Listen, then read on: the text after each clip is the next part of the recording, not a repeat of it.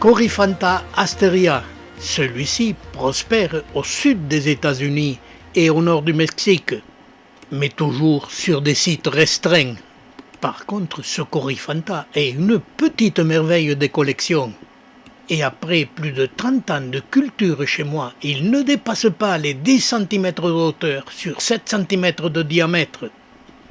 Et sur ces 10 cm de hauteur, il y a près de 5 cm de subérification, ce qui rend sa base moins attrayante.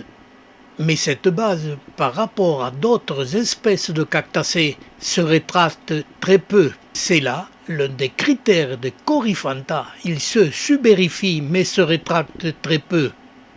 Si je commence la présentation de cette espèce avec des prises de vue montantes, ce qui souligne le petit côté disgracieux, c'est que ce Coryphantha asteria est très rare en collection et bien sûr en commerce. Et pour vous présenter la beauté de cette espèce, je reprends la même plante quand elle avait 10 ans.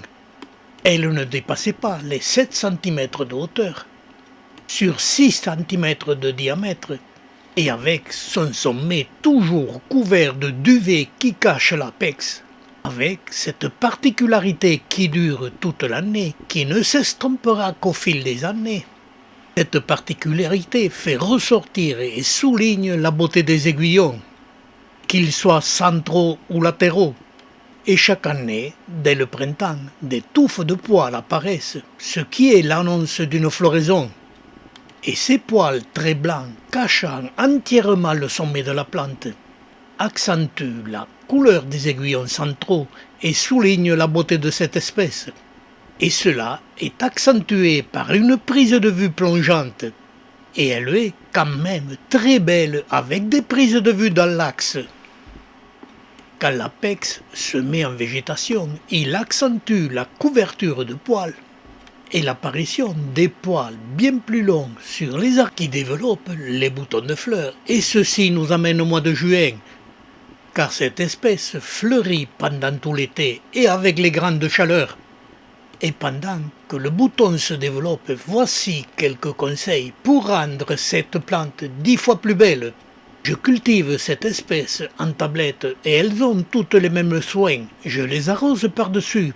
Et pour obtenir cette espèce entièrement cachée de poils, il ne faut jamais l'arroser par-dessus. Il faut la cultiver en pot individuel. Et le must de la culture, ce sont les récipients métalliques. Chez moi, je l'ai toujours cultivée en tablette, je l'ai toujours arrosée par-dessus. Et malgré ces mauvaises conditions pour conserver les poils, elle est quand même très belle. Et la première fois que j'ai observé l'apparition de ces boutons de fleurs, j'ai été intrigué par le désordre de leur présentation. Et quelques jours après, quand le bouton se développait, j'observais et j'obtenais la raison de ce désordre. Les sépales d'un rouge foncé à leur pointe, elles étaient crochues. Et cette particularité est propre à cette espèce. C'est l'un des critères qui différencie l'espèce Coryphantha asteria. Autre observation, d'une année sur l'autre, les sépales ont légèrement varié de couleur, étant tantôt légèrement rose et tantôt très jaune. Et cette variation aux sépales plus ou moins colorés, je l'ai observée pendant plusieurs années. Elle gardait cette différence sur les fleurs épanouies, que ce soit du jaune ou du rose, ce qui donnait à cette floraison un attrait supplémentaire quand on la regardait de par-dessous. Ces fleurs sont plus ou moins grandes d'une année sur l'autre, et parfois elles ont atteint le diamètre de la plante, c'est-à-dire 6 à 7 cm en cachant entièrement la plante.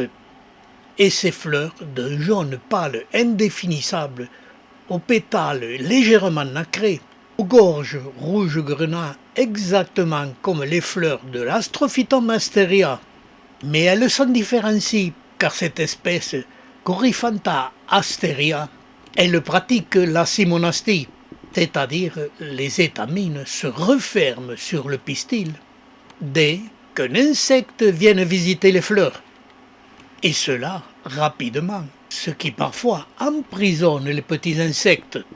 Cette particularité existe dans le genre Coryphantha, et toutes les fleurs de ce genre pratiquent la simonastie. Elles accentuent la possibilité d'être fécondées.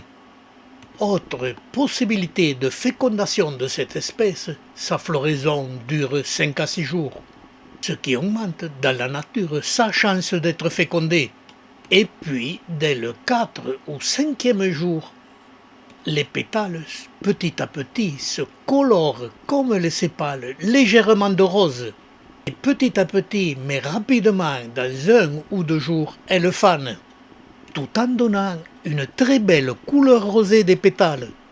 Mais le très gros problème de cette espèce magnifique, elle pratique la fécondation croisée et il lui faut 2 pieds qui ne soient pas du même clone pour être fécondés. Et malgré tous mes efforts, je n'ai jamais obtenu de fruits. Résultat, je n'ai toujours qu'un seul pied de cette espèce. Et c'est pour cette raison que cette plante est très rare en collection. Une dernière observation. La floraison dure tout l'été et une seule fois 2 fleurs se sont présentées ensemble.